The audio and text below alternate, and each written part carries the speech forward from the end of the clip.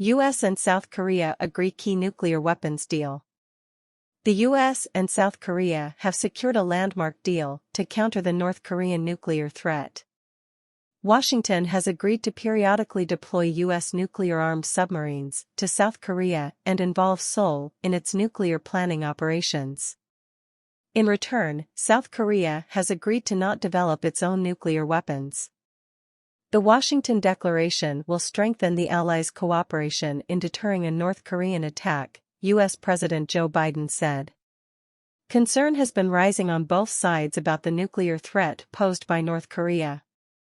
Pyongyang is developing tactical nuclear weapons that can target South Korea, and refining its long-range weapons that can reach the U.S. mainland.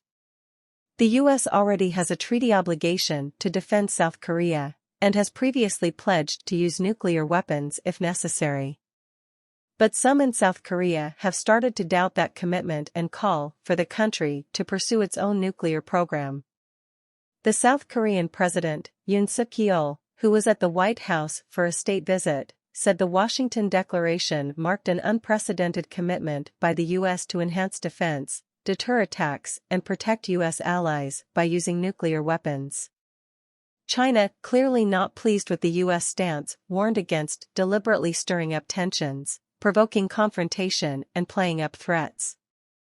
The new agreement is a result of negotiations that took place over the course of several months, according to a senior administration official. Why South Koreans want the nuclear bomb?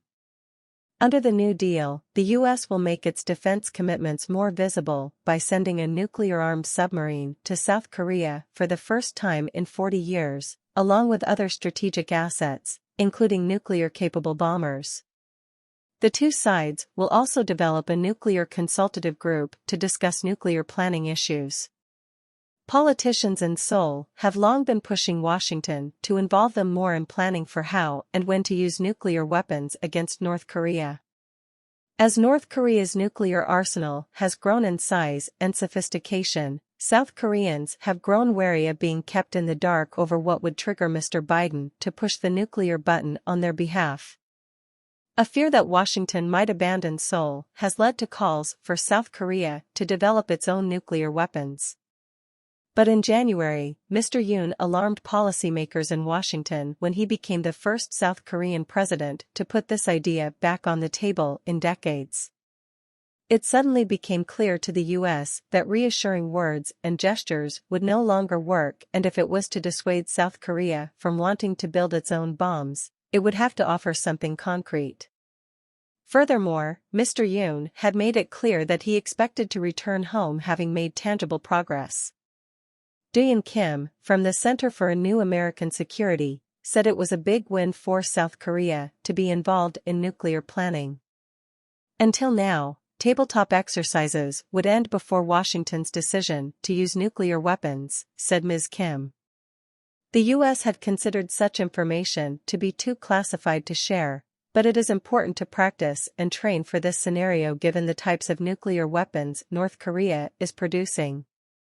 This new nuclear consultative group ticks the box, providing the increased involvement the South Korean government has been asking for. But the bigger question is whether it will quell the public's anxieties. It does not ink a total commitment from the U.S. that it would use nuclear weapons to defend South Korea if North Korea were to attack. However, on Wednesday Mr. Biden said, a nuclear attack by North Korea against the United States or its allies and partners is unacceptable and will result in the end of whatever regime were to take such an action. In return, the U.S. has demanded that South Korea remain a non-nuclear state and a faithful advocate of the non-proliferation of nuclear weapons.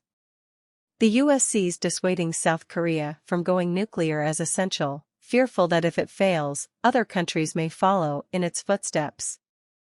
But these U.S. commitments are unlikely to fully satisfy the influential, and increasingly vocal, group of academics, scientists, and members of South Korea's ruling party who have been pushing for Seoul to arm itself.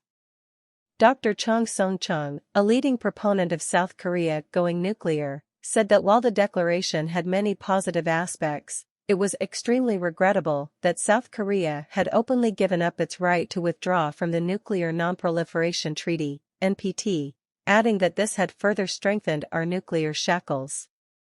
President Biden said the U.S. was continuing efforts to get North Korea back to the negotiating table.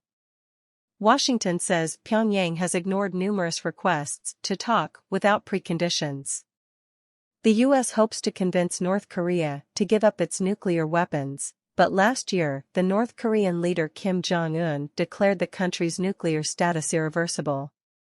Some experts say it now makes more sense to discuss arms control rather than denuclearization.